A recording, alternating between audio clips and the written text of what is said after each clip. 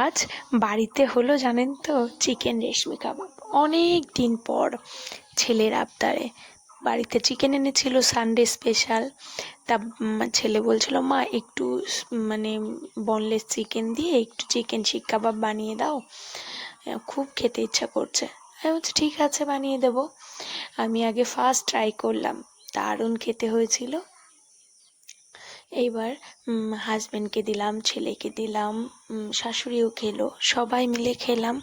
আর রেসিপিটি জানতে হলে স্কিপ করবেন না, পুরো ভিডিওটি দেখুন প্লিজ।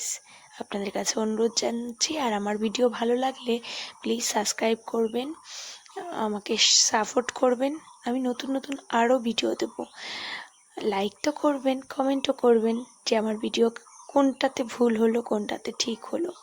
প্রথমে চিকেনগুলো নিয়ে চিকেনে দিয়ে দিলাম টক দই আর একটু লেবুর রস, আর দিয়ে দিলাম আদা রসুন বাটা আর কাঁচা লঙ্কা বাটা, আর গোলমরিচটা লাস্টে দেবো। ম্যারিনেট করে রাখার পরে যখন আমি শিকে ভরবো চিকেনগুলো, তখন ওতে গোলমরিচ দিয়ে চিকেনগুলো ভরবো। আর একটু দিয়ে দিলাম লবণ, স্বাদ অনুযায়ী চিনি দিয়ে মাখিয়ে আমি সকালবেলা মাখিয়ে রাত্রেবেলা এটা করবো জন্য ফ্রিজে ঢুকিয়ে দিয়েছিলাম।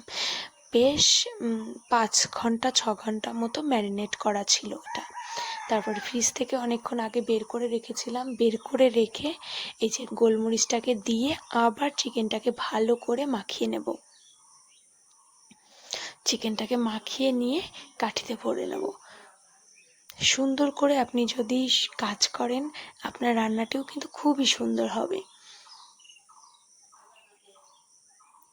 আমার মা ঠাকুমা বলতো যে মশলা যত সুন্দর মিহি করে বাটবে, মাংসও দেখবে ঠিক ততটাই টেস্ট হবে।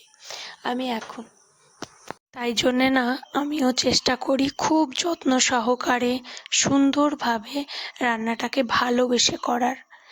জানি না ভিডিওতে আপনাদেরকে কি বোঝানো যায় বা আমি বুঝি না। আমি যেটা করি সেইটাই আপনাদেরকে এডিট করে দেখিয়ে দিই। সেরকম আমি কিছুই এডিট করি না, ওই যে সামান্য একটু এডিট করা সেটুকুই করি। এই যে এখানে 5-6টা স্টিকে আমি চিকেনগুলোকে রেডি করে নিলাম। রেডি করে নিয়ে এবার আমার একটা তাওয়া আছে ননস্টিকের, যেটাতে আমি ডিম ভাজি। ওই তাওয়াটাতে ভালো করে এটাকে আমি হালকা তেলে ভেজে নেব আস্তে আস্তে জাল দিয়ে। এটা এইভাবে কুক করে তারপরে আমি পোড়াবো গ্যাসে। আমার জানেন তো ওই শিকটা পর্যন্ত নেই বা তাওয়াটা পর্যন্ত নেই কিছু পোড়ানোর।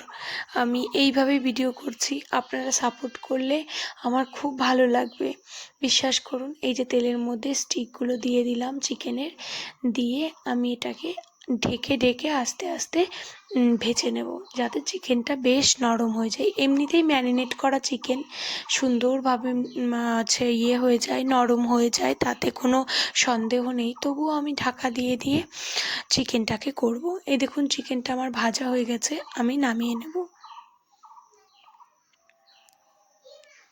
আরও 4টে আমি এই প্রসেসেই ভেজে নেব। এবার আমি চিকেনটাকে এই যে পুড়িয়ে নিচ্ছি। এত সুন্দর, কিন্তু আমার এই যে ধরার কিছু নেই, হাত দিয়ে ধরে করছি, জানেন তো হাতে খুব ছিটে ছিটে লাগে।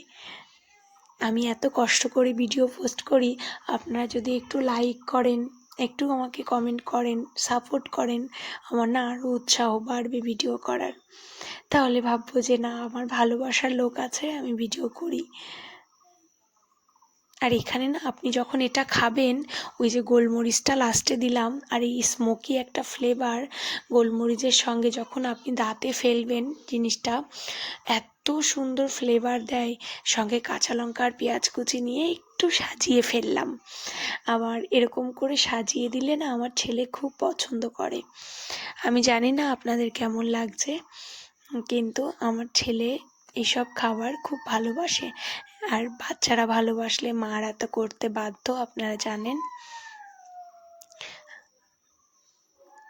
সুন্দর করে সাজিয়ে ছেলেকে এবার পরিবেশন করব। তার আগে আমি একটা ট্রাই করব, দেখব কেমন হয়েছে।